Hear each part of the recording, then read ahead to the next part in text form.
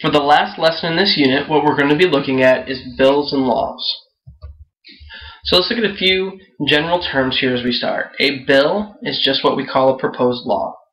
A public bill applies to the entire nation, while a private bill only applies to certain people or places. Alright, so in this instance what we're going to look at is we're going to pretend that a bill is starting in the House of Representatives.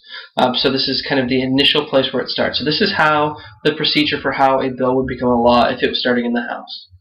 First, the bill would be introduced in the House. The Speaker of the House would talk about what that bill is going to be.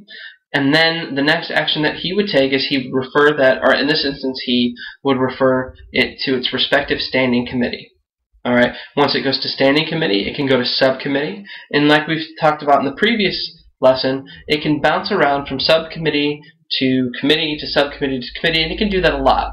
And remember that it's in the standing committee where the vast majority of bills die. Most bills never get out of this.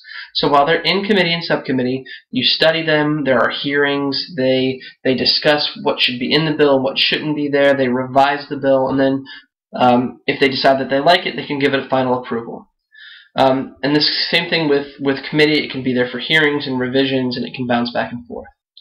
Once the bill has gotten through committee, it then goes to the Rules Committee. And remember, the Rules Committee is referred to as the traffic cop of Congress because they can speed up legislation, they can slow down legislation, or they can completely kill it if they don't like it. So if they never want to have it see the floor, then they can make sure that that happens. And once it's gone through the Rules Committee, it then gets to participate in floor action. Floor action is where it can be debated on the floor and then passed or defeated. Alright, so the Rules Committee can determine whether or not there's actually going to be debate on that bill on the general floor. And they can actually use what's called a closed rule to ensure that there is no debate on that when it goes to the general floor vote. Alright, if we start in the Senate, it's going to take a very similar concept. It's first going to be introduced in the Senate by the majority floor leader. And then it's going to go to committee action. And it's going to bounce around from committee to subcommittee, committee to subcommittee, just like we talked about in the House of Representatives. They're going to study it, they're going to have hearings, they're going to revise it, they're going to determine final approval or not. Alright, in order to receive debate and a floor vote for the bill, it must be placed on the calendar by the majority floor leader. The bill is then debated and then passed or defeated. If passed, it then goes to the House. Alright. So after it's passed both the House of Representatives and the Senate, it would then go to conference committee. And remember, when we talked about committees, we talked about that the conference committee reconciles the differences between House and Senate versions of the bill. And once again, that's a buzzword that you really, really need to know, that concept of reconcile. Alright, and that's going to take the House version and the Senate version, and it's going to make sure that the language in both versions of those are accurate. So then going to go back to each respective House, and they're going to vote on the final passage of the bill and the final language of that bill. And if it's approved, it's sent to the President. If it's not approved, it gets to start the process all over again. And if it has to start all over again, the likelihood of it being passed is extremely slim. The President then can sign the bill into law, or he can veto the bill. And there are a couple of ways that a veto can happen. And we'll talk about these a little bit more in depth when we talk about the executive branch, but they can either outright veto it or they can pocket veto it. And a pocket veto takes place during the last 10 days of a congressional session, and that's pretty much when the President can just ignore the fact that that bill is even on their desk. Remember, a presidential veto can be overturned by a 2/3 vote in each House and Congress, and that's referred to as a legislative veto.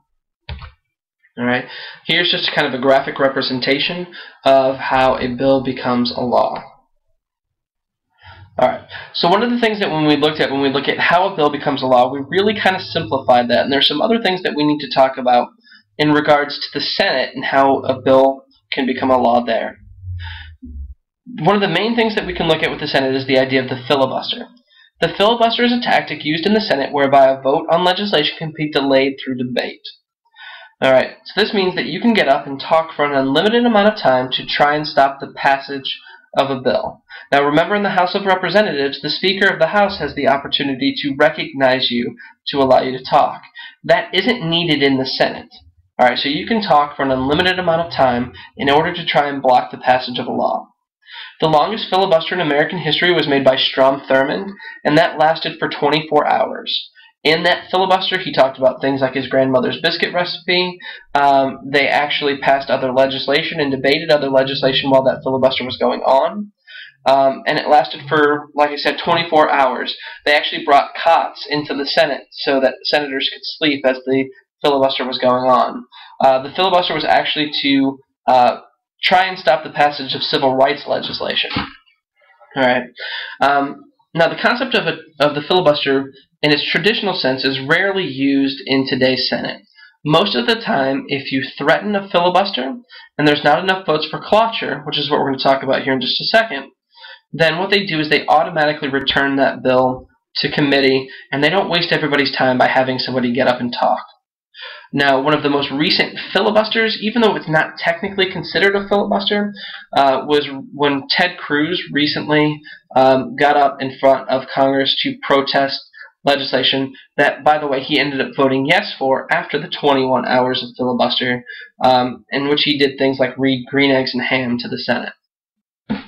Now, cloture is the process that can be used to end a filibuster. In order to end a filibuster through cloture, you need 40 senators to vote to end that. And the idea behind this is that you provides the ability to protect minority interest. All right, so you can use cloture, you get 40 senators to cut off the filibuster, and then that's over. All right, other things to look at: resolutions. A joint resolution is a proposal for some action that has the force of law when passed. Joint resolutions usually deal with special circumstances or temporary matters. One of the most historic joint resolutions that we've had in recent history was when both houses of Congress voted to fund our incursion into Afghanistan after September 11th took place. Alright, a concurrent resolution. A concurrent resolution is a statement of position on an issue adopted by the House and the Senate acting jointly. So this is just kind of their opinion on what should happen. A concurrent resolution does not have the force of law, and it does not require the President's signature. And then we can also just have a simple old regular resolution. A resolution is a measure dealing with some matter in one House of Congress. So this is their opinion, how they think things should go on. A resolution does not have the force of law, and it does not require the President's signature. Right. One of the things that we talked about just a little bit ago was the idea of gridlock. Alright, gridlock is a huge problem within our current Congress, and gridlock is the belief that Congress and the President are in a state of disagreement that results in little legislation being passed. We can also have the idea of gridlock be, especially with the divided government like we currently have, is when the House of Representatives and the Senate are unable to agree with each other and no legislation is passed either. Alright, we can also have the idea of an imperial Congress. An imperial Congress is described as a Congress that succeeds in establishing itself as the dominant player in legislation and foreign policy. So if a Congress has the ability to kind of dictate what the President does, then they are referred to as an imperial Congress.